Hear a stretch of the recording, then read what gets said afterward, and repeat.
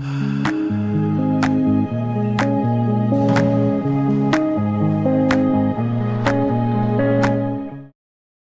चुटकी सिंदूर की कीमत आप क्या जानो साहब। ये डायलॉग आपने इंडियन मूवी में सुना ही होगा। उसी तरह से एक नोबेल पीस प्राइज की कीमत दुनिया को इस तरह चुकाना होगा, किसी ने कभी सोचा नहीं होगा। मैंने इससे पहले के वीडियो में इस बात का जिक्र किया था। जो आपको पिक्चर बीच में दिख रहा है, डोनाल्ड ट्रंप बाबा को, इनको आप नोबेल पीस प्राइज दे दो। अगर आपने नहीं दिया तो ये वर्ल्ड इकोनॉमी को, दुनिया को तहस नहस करने के मूड में है। जब से ये प्रेसिडेंट ऑफ यूएसए बने हैं, तब से कुछ ना कुछ इस तरह से हर एक कंट्री के साथ में इस तरह से इनका बिहेवियर है, जो हर एक कंट्री को ये तबाह करने के पीछे पड़े हुए हैं। जरूरत है आज की दुनिया में, जो अभी क्राइसिस इन मिडिल ईस्ट हुआ है, हम देखते हैं इसका इंडियन इकोनॉमी के ऊपर कितना बड़ा असर हो सकता है। और हम आज आपके साथ 3 सिनेरियो के ऊपर बातें करेंगे और उस तीनों सिनेरियो के ऊपर हम एनालिसिस करके आपको बताएंगे, जो आपको उस सिनेरियो में पोर्टफोलियो किस तरह से रिसफल करना है, क्या-क्या इंडिकेटर आपको देखने की जरूरत है, और वो आपको हेल्प करेगा आपके पोर्टफोलियो को बिल्कुल ही सही तरीके से मैनेज करने के लिए। चलिए हम शुरुआत करते हैं मिडल ईस्ट क्राइसिस और इसका इंपैक्ट ऑन इंडियन इकोनॉमी के ऊपर।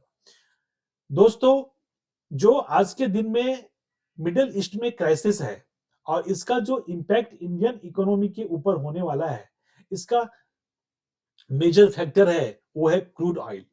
क्योंकि हम more than 50% crude oil middle east से इंपोर्ट कर रहे हैं। और क्रूड ऑयल तो एक बात हो गई, दूसरा जो एलएनजी और पीएनजी है, जो हम गैस घर में यूज करते हैं डोमेस्टिक कंजम्पशन के लिए, वो मोर देन 60% हम मिडल ईस्ट से इंपोर्ट करते हैं।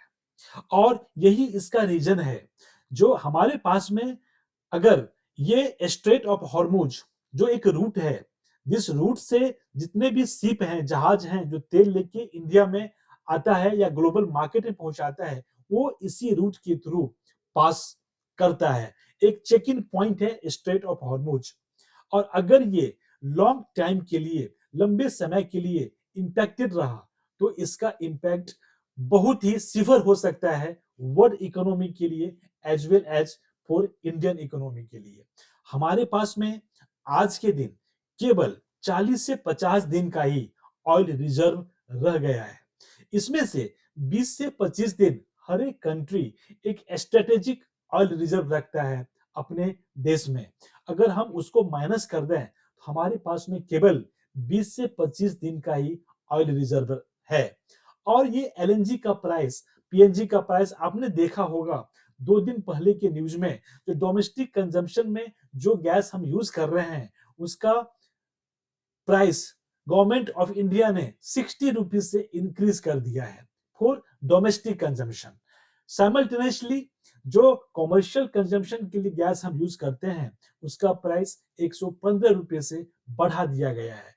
और इसके पीछे जो रीजन है वो है स्ट्रेट ऑफ हॉर्मुज, क्योंकि इसके थ्रू कोई जहाज तेल लेके अभी आ नहीं रहा है। और ये अगर लॉन्ग इम्पैक्टेड रहा, तो इंडियन इकोनॉमी के ऊपर में इसका एक सीवियर इम्पैक्ट आपको देखने को मिल सकता है। क्योंकि इससे प्राइस जो क्रूड का है वो आपको इंक्रीज हो सकता है।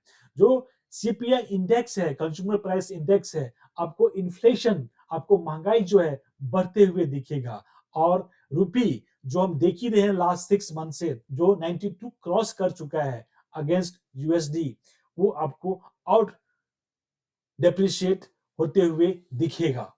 हम देखते हैं जो इंडिया वर्ल्ड से जो ऑयल इंपोर्ट कर रहा है, उसमें सबसे ज्यादा इंपोर्ट हम करते हैं रशिया के थ्रू। 36% हम रशिया के थ्रू कर रहे हैं। ये जब से रशिया और यूक्रेन में लड़ाई चालू हुआ, तब से हम ज्यादा इंपोर्ट क्रूड ऑयल रशिया से कर रहे हैं। उससे पहले हम लेस देन 1% ही रशिया से इंपोर्ट करते थे। लेकिन आज के दिन में हम 36% तक रशिया से इंपोर्ट कर रहे हैं। मोर देन 50% हम middle east, Iraq, Saudi Arabia, UAE, Kuwait, ये सब से हम इंपोर्ट कर रहे हैं। तो जो आज के दिन में क्राइसिस चालू है मिडल ईस्ट में, अगर ये कंटिन्यू रहा लॉन्ग टर्म में, आने वाले 15-20 दिन भी अगर ये कंटिन्यू रह गया, तो दोस्तों इसका इंपैक्ट इंडियन इकोनॉमी के ऊपर सीवियर हो सकता है। और एक चीज आपको जो ध्यान रखने की जरूरत है, क्रूड ऑयल डिस्ट्रप्शन तो है, हम जहां से भी इंपोर्ट करें हम इसको थोड़ा सा परसेंटेज बढ़ा के रशिया से इंपोर्ट कर सकते हैं, लेकिन जरूरत है हमें मॉनिटरिंग करने की जो क्रूड ऑयल प्राइस के ऊपर। अगर ये 100 के ऊपर मेंटेन रहा, जो अभी आज के दिन में आपको क्रूड ऑयल प्राइसेस $100 पर बैरल के ऊपर ट्रेड करते हुए दिख रहा है, ये अगर कंटिन्यू रहा तो दोस्तों इससे इन्फ्लेशन इंक्रीज हो सकता है। स्टॉक मार्केट के ऊपर आपको काफी वॉलेटिलिटी देखने को मिल सकता है, इंपोर्ट बिल राइज होगा, ट्रेड डेफिसिट बढ़ सकता है। इससे जरूरत है हमें क्रूड ऑयल डिसरप्शंस से ज्यादा क्रूड ऑयल प्राइस मॉनिटर करने की हमें जरूरत है। अभी हम देखते हैं 3 सिनेरियो जो हमने पहले बोला था, उसमें इंडियन इकोनॉमी के ऊपर तीनों सिनेरियो के ऊपर हम एक डिटेल में एनालिसिस कर रहे हैं। जो फर्स्ट सिनेरियो है, जो मोस्ट प्रोबेबल है, इससे आपको एक शॉर्ट टर्म में क्रूड ऑयल जो सप्लाई हो रहा है वो आपको इंपैक्टेड देखने को मिलेगा। इससे एक शॉर्ट टर्म में रहने की वजह से थोड़ा सा इन्फ्लेशन इंक्रीज होगा, जिससे ज्यादा इंपैक्ट इंडियन इकोनॉमी के ऊपर नहीं हो सकता है। करंट अकाउंट थोड़ा बहुत इंक्रीज होगा, डेफिसिट बढ़ेगा, लेकिन इससे ज्यादा आपको इंपैक्ट इंडियन इकोनॉमी के ऊपर नहीं दिखेगा अगर ये शॉर्ट टर्म रहा, जिसकी प्रोबेबिलिटी हाई है। सिनेरियो 2 है, वो एक स्ट्रेस केस है, जो क्रूड ऑयल अभी 100 के ऊपर ट्रेड कर रहा है। ये अगर कंटिन्यू रहा आने वाले 1 से 2 महीने के बीच में $110 के ऊपर पर बैरल के ऊपर अगर ये ट्रेड करते हुए दिखा, तो दोस्तों इसका थोड़ा इंपैक्ट, बहुत ही ज्यादा इन्फ्लेशन बढ़ सकता है। रुपी जो 92 के ऊपर चल रहा है वो आपको 95 के ऊपर भी ट्रेड करते हुए दिख सकता है अगेंस्ट यूएसडी। रुपी डेप्रिसिएशन की प्रोबेबिलिटी काफी हाई हो जाएगी, फिस्कल प्रेशर काफी ज्यादा हो सकता है। और जो आरबीआई का लास्ट मॉनिटरिंग पॉलिसी में जो हमने देखा था, जो अगर इन्फ्लेशन कंट्रोल रहा, तो जहां पे हम बातें कर रहे थे जो रेट कट होने की प्रोबेबिलिटी है, वहीं पे आपको रेट कट होने की तो दूर, हम रेट हाई होते हुए भी देख सकते हैं। और इससे इंपैक्ट जीडीपी के ऊपर में 0.5% तक आपको जीडीपी डिक्रीज होते हुए दिख सकता है। मार्केट एक रेंज बाउंड में ट्रेड करते हुए आपको दिखेगा। जो रेट सेंसिटिव स्टॉक्स हैं, इससे आपको दूर रहने की जरूरत है। इसकी जो प्रोबेबिलिटी है बीच में है, मीडियम है।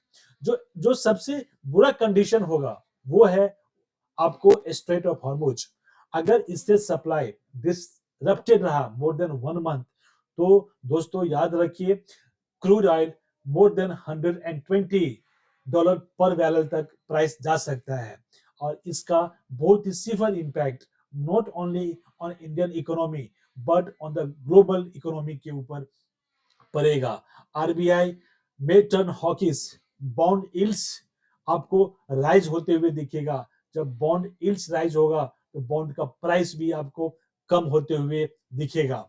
मार्केट में 10 to 15% निफ्टी में करेक्शन आपको देखने को मिल सकता है। मिड कैप और स्मॉल कैप से दूर रहने की जरूरत है, क्योंकि सबसे ज्यादा डाउनफॉल आपको मिड कैप स्मॉल कैप में ही देखने को मिलेगा।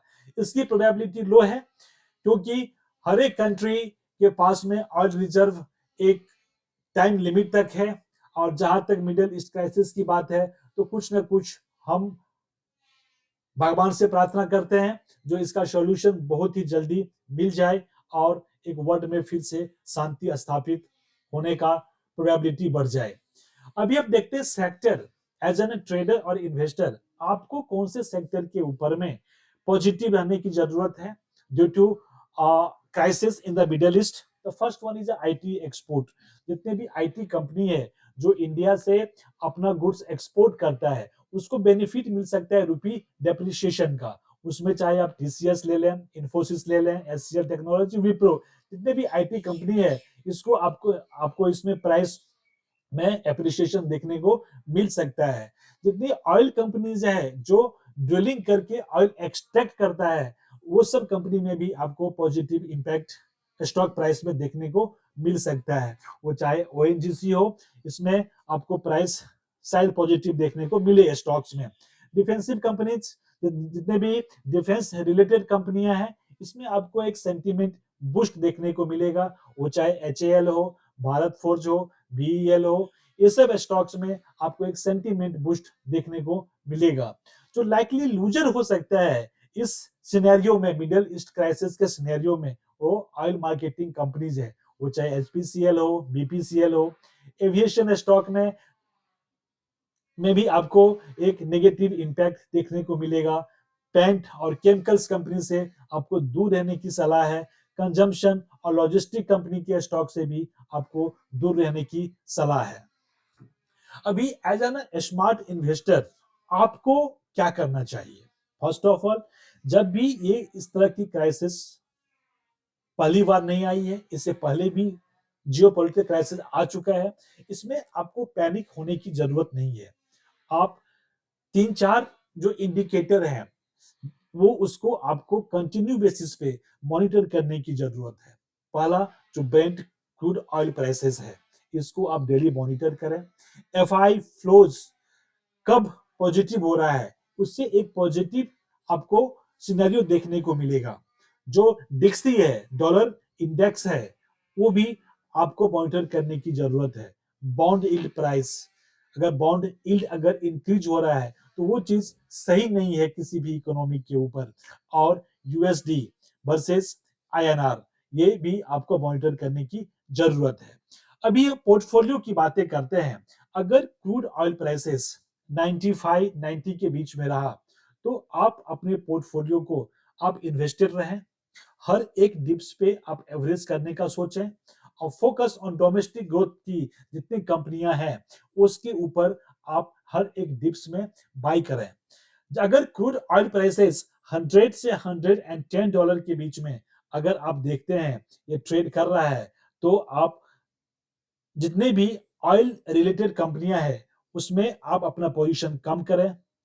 जितने भी एक्सपोर्टर कंपनी है, एक्सपोर्ट कर रहा है, वो चाहे आईटी कंपनी हो, उसमें अपना प्रोपोर्शन बढ़ाएं, इंक्रीज कर सकते हैं और थोड़ा बहुत कैश बिल्डअप आप अपने आप करें।